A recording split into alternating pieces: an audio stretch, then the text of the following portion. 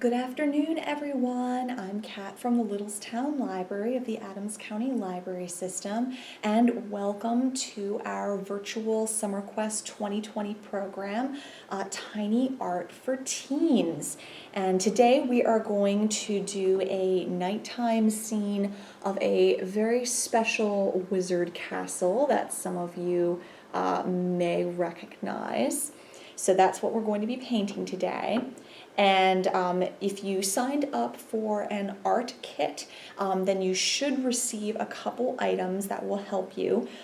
First, you will get in your art kit a small 4x4 canvas to paint on. You will also receive an easel, so one of these that you can put your canvas on, or if you feel more comfortable laying your canvas flat, you can do that as well. Whatever way works for you. Part of this painting will actually work better when it is flat, but we'll get to that in a minute. You'll also receive a paintbrush and 6 different paints. We actually have 6 colors that we're going to be using. We'll be using purple, dark blue, light blue, white, black, and a little bit of yellow. So you will get 6 little paint pots. They look like this with the needed colors. So you'll get those in your kit as well. And this one, because it has the castle on it, you will actually get a pre-cut stencil.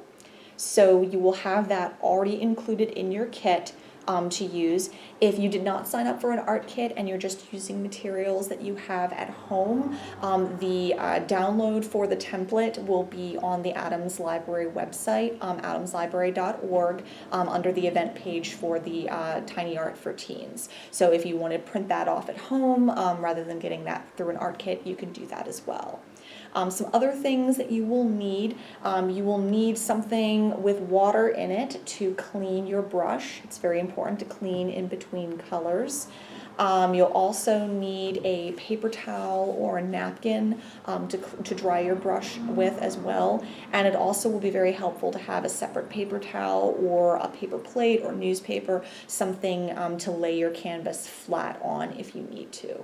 Now you'll notice that the canvas that I have here is actually much thicker. This is actually the blank canvas I'll be using. This is much thicker than the canvas that you'll be getting in your art kit. So don't worry about that. I'll be painting, I'll have to do a little bit more painting along the sides than you'll have to, but you'll just have the thin canvas, so you won't have to worry about that.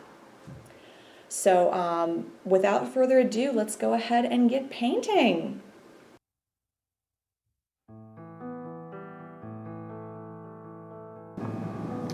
Okay, so first we are going to take our brush and dampen it up just a little bit, and then we are going to take our purple as our first color, and we are going to put that across the top because we are laying the background for the sky. You always want to do the background before you do the foreground, so that way it'll make everything look like it is coming forward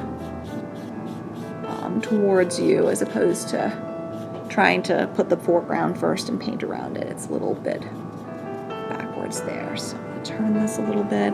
Like I said, I have a much thicker canvas than what you guys will have. So I'm just going ahead and paint. I have to do ahead and paint a little bit more along the sides here than you'll have to. You'll only have a little bit that you'll have to do. And the reason I paint the sides now is, one, so I don't forget about it, but second, to also make the canvas look like it's a little more of one piece rather than just kind of floating there in space.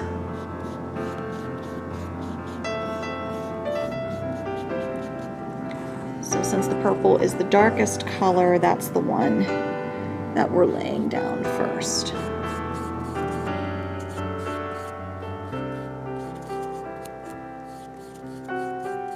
And I know it looks a little bit odd, like it's kind of this giant stripe just sitting there, but do not worry, this is where blending will be coming into play. So we're gonna lay a little more of the purple down here. And if you don't feel like doing the sides like right at the beginning, that is totally fine. You can always do those after the rest of the painting is done if you would like. So that is not a problem. So now that we've got a layer of the purple, I'm going to go ahead and rinse our brush, dry that off on our paper towel.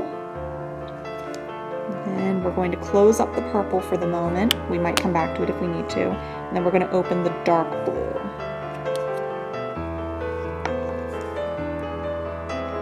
So we'll take a bit of dark blue, and you will actually paint a little over into the previous color. And this is how you get blending to happen. Because when you look into the night sky, you'll see that it's not these stripes of color. They all kind of blend and merge together. And that is the effect that we are going for here with this. So you'll see some of the colors will blend a little bit. So you can see that it looks like the purple is melding into the blue. Or at least I hope you can see that. I think hopefully my camera's picking that up well enough for you. So then down here we want some more solid blue without being mixed in with the purple.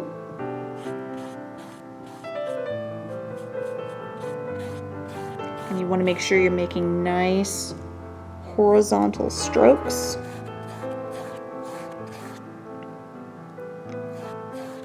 Right across the canvas.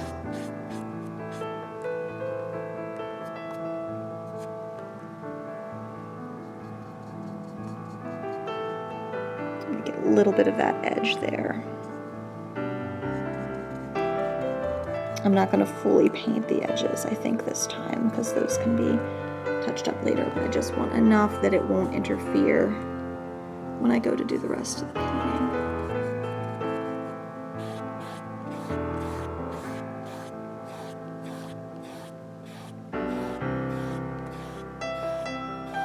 So a nice, smooth coloration there.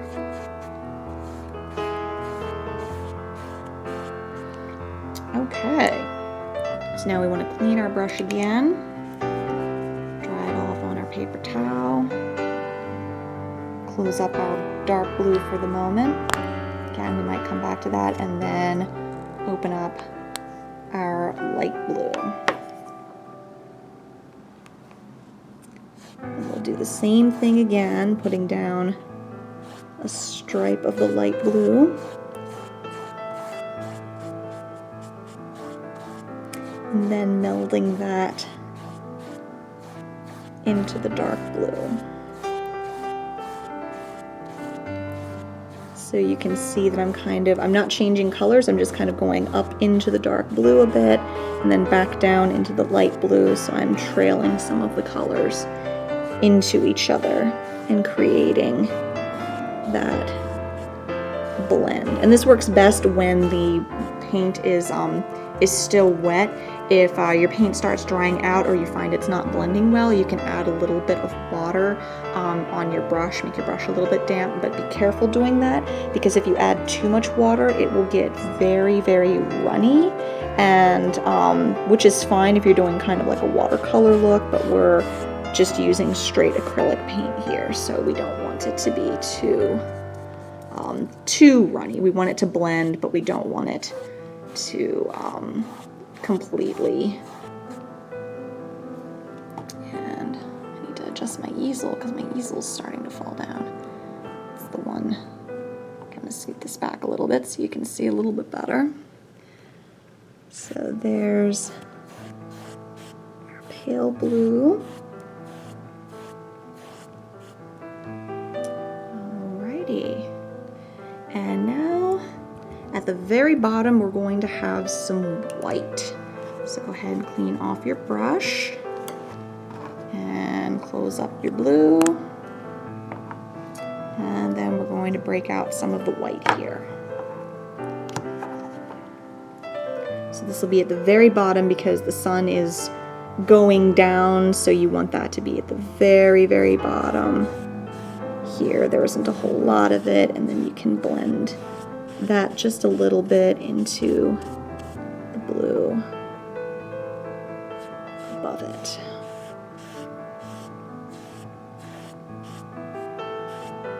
A lot of this white you won't actually see at the bottom once we put our castle on, but you want a little bit of it there just so the sky continues to fade naturally from one color into the next.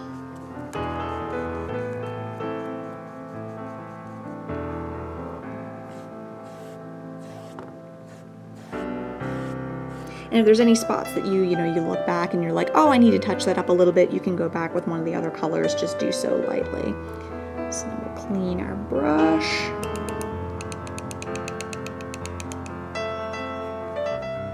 Okay, we'll close up the white for a moment.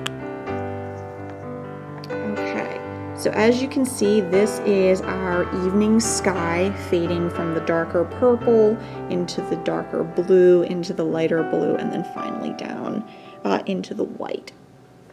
So, which I'm actually gonna blend that a little bit more. I just have a damp brush here I'm using to blend a little bit better. There we go. So now this next part is much easier if you are if the canvas is laying flat. So I recommend getting a paper plate or something or a paper towel, because this next part can be a little bit messy. So hang on one second. So for this part, I actually have the canvas laid flat on a paper plate, and I have it turned around so that the darker side, the darker part of the sky is facing towards me, and that's because we are going to put the stars in, and the stars will show up better in the darker part, so there'll be more stars up towards the top than there will be down here in the bottom. So this can be a little bit tricky, but what you'll want to do is you'll want to take your white paint, take your clean brush, dip it in the paint, just a little bit, and then what you'll want to do is you will want to tap this so that paint speckles hopefully fall from your brush. I have to be careful, I'm trying not to get the paint on my camera. You can also like brush the brush back in order to do the paint spatters, or you can do little dots as well. Like you can actually do physical dots, like you don't have to, especially if you want to do like constellations or something like that, or if you want bigger stars. But if you want a more natural looking spatter, then more white on my brush here. So you want to keep this, whoop, there we go. Now we're getting some more spatters.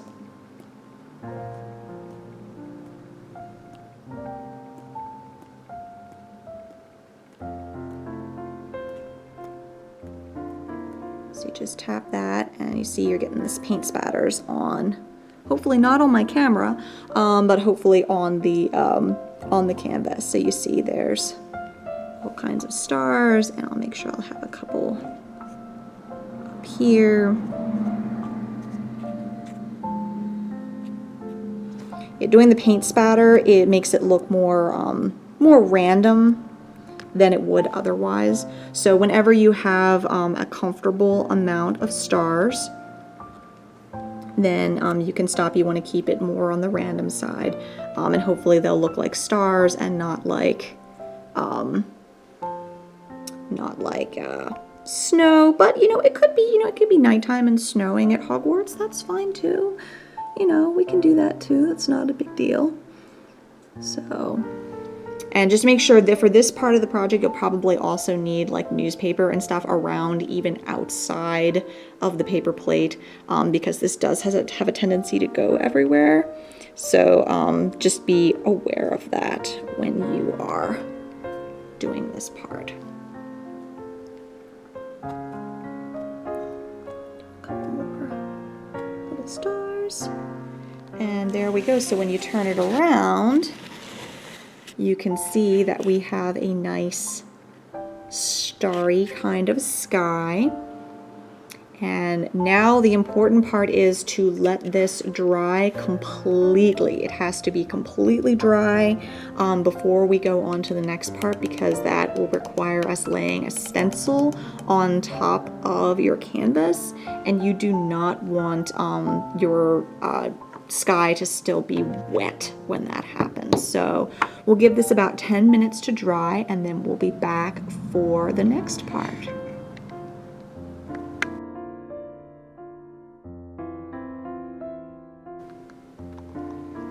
Okay, so once your canvas is dry, this is where the stencil comes into play. So you'll want to place that on your canvas. I tried to cut them so that they are 4x4, but you can always adjust it up or down, however much room you want your castle to take on the canvas. So like I'm gonna scoot mine down just a little bit.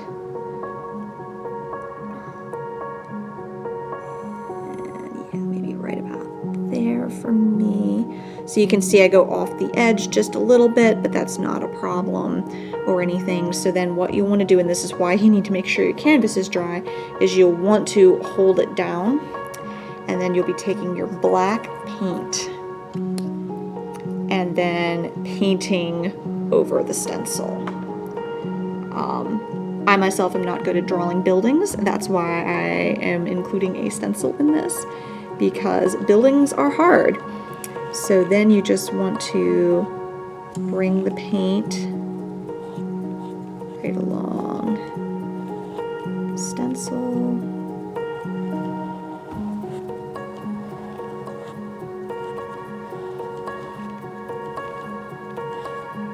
It's okay if you get paint on the stencil, that's the point.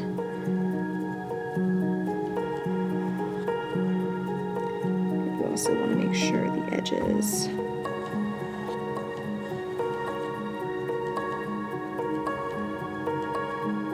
of the stencil stay down, so that way you're not going outside the stencil by accident.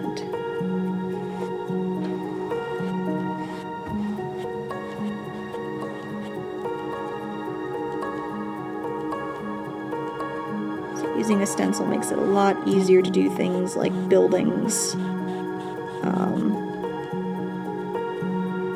or other things like that, especially for a silhouette. You know, this is just a silhouette, so it's not like you need to have any detail on the building itself. So now I'm going over here, and I'm still holding down the stencil. You see I'm just going right over it.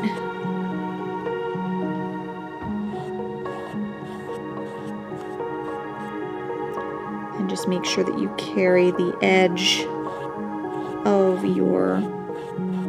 of the black over the edge as well, and wrap it around the edge of your canvas.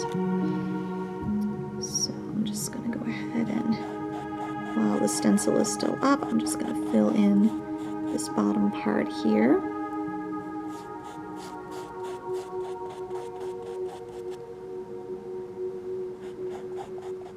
Make sure it's nice and dark.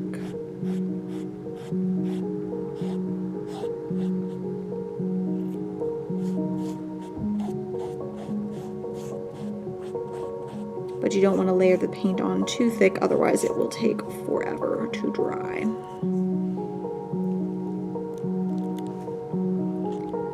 And then you just take the stencil up, and there you go. You have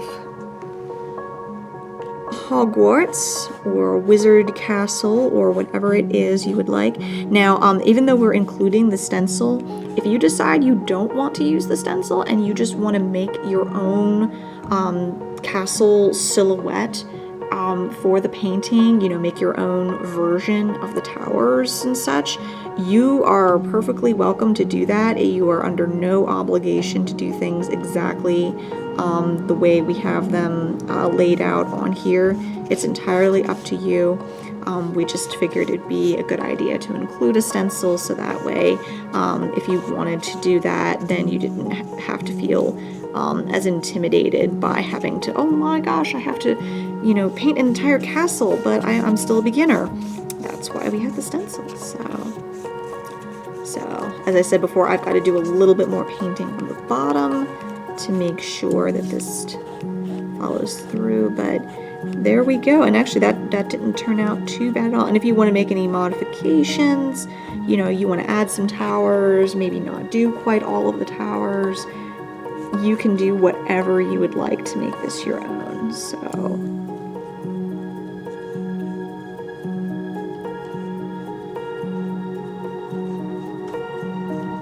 just finishing up on the sides there.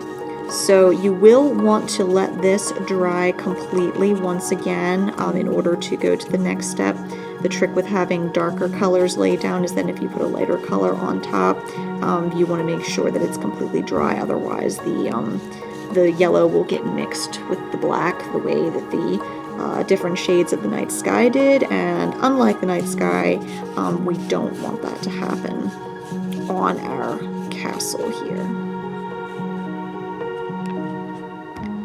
So, and because I didn't lay the paint on too thick, it should not take very long in order to dry, or at least that's the hope. So we will let this sit for about 5 to 7 minutes, maybe a little bit longer depending on how it goes, and then we will add the final color. Just don't forget to clean your brush in between, especially when we're going from a black, and then be sure once you're done with the black paint to close it up, and then we will go to the yellow once this is dry.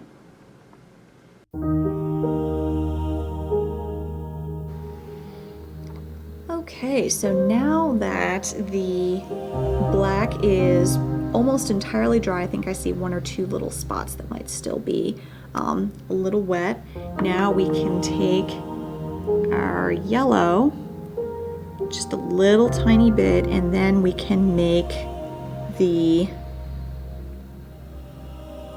lights inside the castle.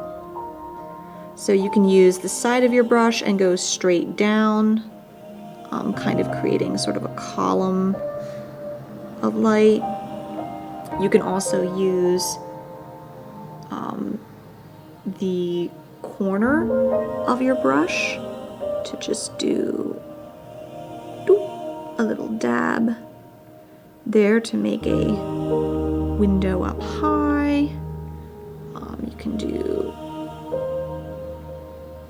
other windows, and you can dab them as large or as small as you would like.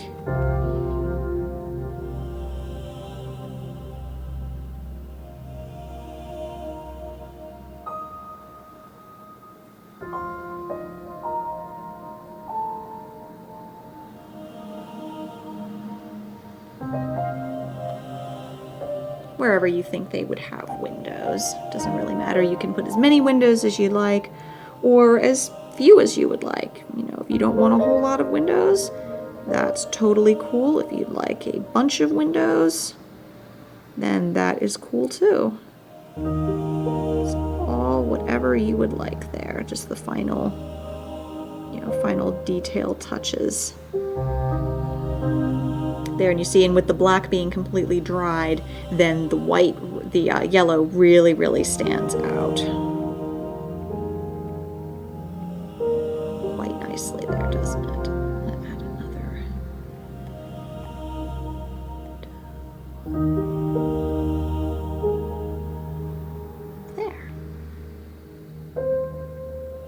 So there we go. And once you just sit and let that dry, then you have your very own night scene of a wizard's castle, which is pretty cool, right? Look at that. That turned out pretty nice, huh? And the nice thing is, as you can tell, this looks very different from the original version that I had done, which was only a day or two ago prior to this one. So as you can see, you can do the castles very differently. And again, if you decide you don't want to use the stencil, then you can make your own, either make your own stencil, make your own castle, or just do one freehand if you feel comfortable doing that. So thank you for joining us for our tiny art for teens, and we hope that you enjoyed it.